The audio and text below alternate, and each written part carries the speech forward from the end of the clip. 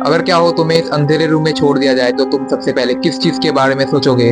जाहिर सी बात है भाई, तुम यही सोचोगे कि भाई यहाँ पर तो भूत है, चुड़ैल है, शैतान है। लेकिन जरा एक मिनट, अगर मान लो ऐसे कुछ हुआ ही नहीं, सिर्फ रूम की कुछ रैंडम चीजें गिरी और तुमने ये सोचा ये तो भाई पक्का भूत ने किया है, लेकिन रूम के अंदर सिर्फ अकेले तुम ही तो हो, तो भाई तुम कैसे कह सकते हो कि ये सब भूत का कारनामा है? तो भाई एक्चुअली ये सारा काम दिमाग का है, जो कि भाई सेपरेटली तुम्हारे लिए मन ही मन ने भूत बना रहा है। उसके बाद इस दिमाग के बैकअप के लिए दोस्त लोग तो है ही, कहेंगे भाई इस घर में बिल्कुल मत जाना, वहां पर एक आत्मा का साया, अगर चले गए तो बच नहीं पाओगे भाया। लेकिन फिर तुम अल्टीमेटली रियलाइज करते हो अरे भूत छूत जैसा कुछ नहीं होता है।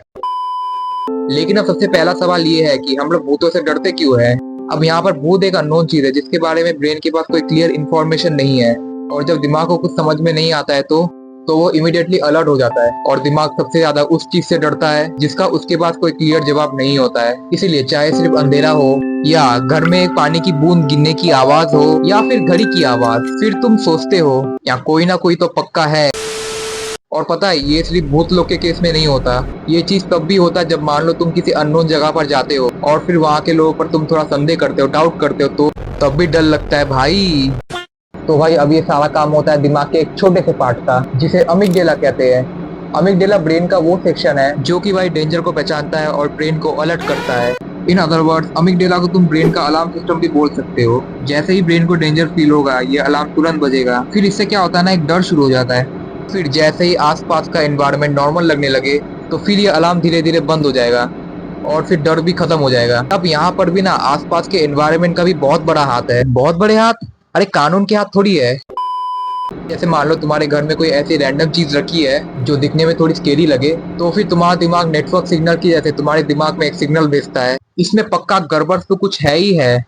फिर तुम उस चीज को ऑब्जर्व करते रहते हो कि भाई इस चीज से तो बच के रहना है, और एक्चुअली ये सारा काम भी अमिगडेला का ही है जो कि ये सब करता है। लेकिन अब यहाँ पर एक और चीज का डर है कि जब भी तुम रात को सोते हो तो तुम्हें बहुत ही बुरे बुरे सपने आते हैं, और इसी फिनोमिनन को साइंस में स्लीप पैरालिसिस कहते हैं।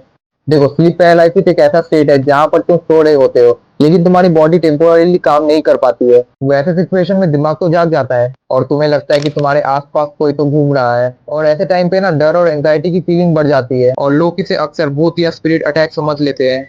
और आजकल लोग इसे नाइटमेयर भी कहते हैं, क्योंकि इसमें भी वही होता है जो कि स्लीप पैरालिसिस में होता है।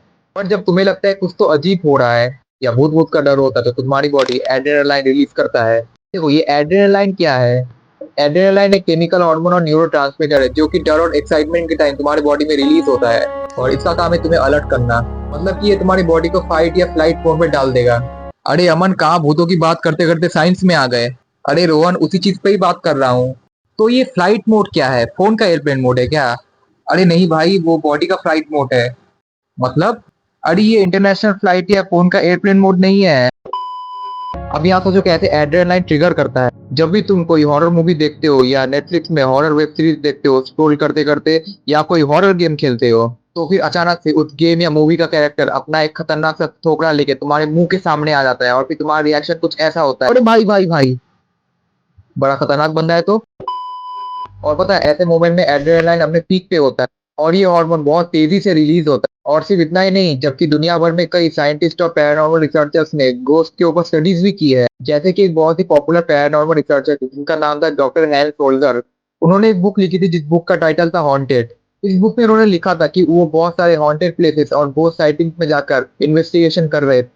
इन्वेस्टिगेशन के दौरान कुछ बहुत ही अजीब आवाज और शैडो फिगर रिकॉर्ड की गई थी, लेकिन उन्होंने अल्टीमेटली कहा कि ज्यादा चीजें साइकोलॉजिकली है, जो कि भाई वही पुरानी डर वाली बात है। ऐसी और भी बहुत सारी राइटर्स की बुक है जिसमें ये सब चीजें क्लेम की जाती है।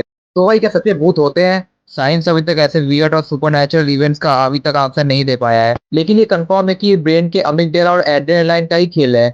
अच्छा, इसीलिए भूत से लोगों को डर लगता है। हाँ हाँ भाई, और ये सब जो तुम देखते रहते हो ना सीसीटीवी कैमरा में, भूत कैप्चर हो गया, ये हो गया, वो हो गया, ये सब एक्चुअली ब्रेन का ही खेल है। अच्छा, तो चलो भाई, अगर आपको वीडियो पसंद आई तो वीडियो को लाइक कर देना, और चैनल पे नए हो चैनल को सब्सक्राइब कर देना, और हाँ, मिलते हैं अगले चैप्टर में, तब तक के लिए बाय बाय।